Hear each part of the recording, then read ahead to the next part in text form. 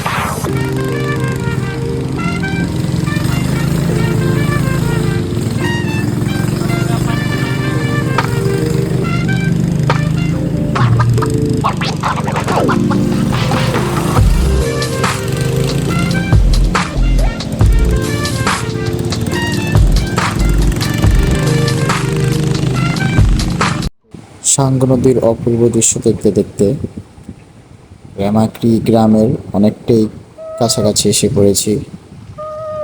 বাকি পথগুলা আমাদের সাথেই থাকুন এরকম দৃশ্য দেখার জন্য। চলুন।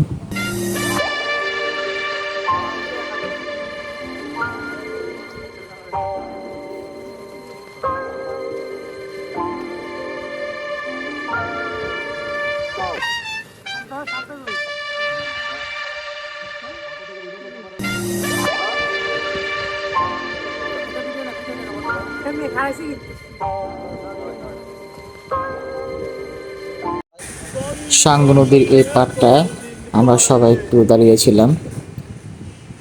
এই গুহাটা খুবই ভালো লাগতেছিল, এই আমরা এই জায়গায় একটু গসিপ করলাম।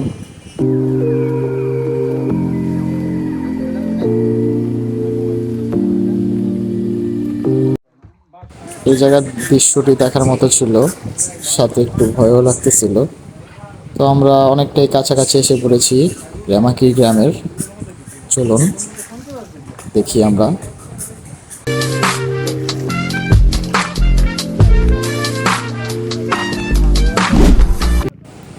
আমরা এসে পড়েছি রেমাক্রি পাড়া বা গ্রাম যাই বলেন। এই পাড়াটা খুবই সুন্দর। এখানে আমরা একদিন রাত্রি যাপন করব, পরের দিন সকালে আমরা নাফাখুমের উদ্দেশ্যে রওনা হব। তো চারপাশটা দেখে নিন, খুবই সুন্দর।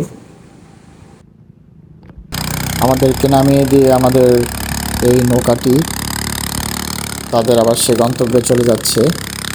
Tata, bye bye.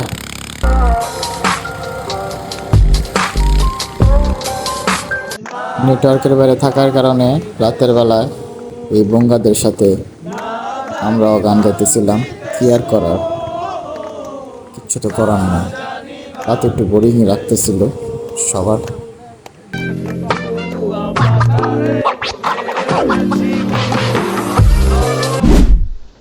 ভোরে ঘুম থেকে উঠেই মেঘের এই খেলা দেখে খুবই মুগ্ধ। আর সাথে দালাল আমাদের ক্যাপচার করতেছিল, আলামিন। সেই আপনারা জানেন না, ও একজন দালাল, কিন্তু মিস্টার ব্রোকার।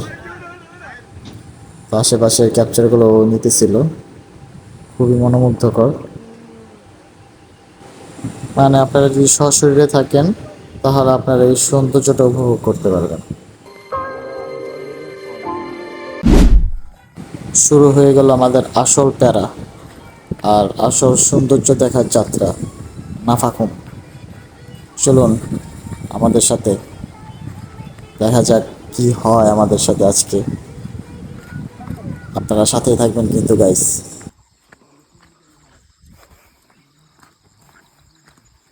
পুরোটা রাস্তা মেঘে ঢাকা ছিল, আর সাথে আমাদের হাঁটাহাঁটি, এটা মিলে অসম্ভব, কি বলবো আর।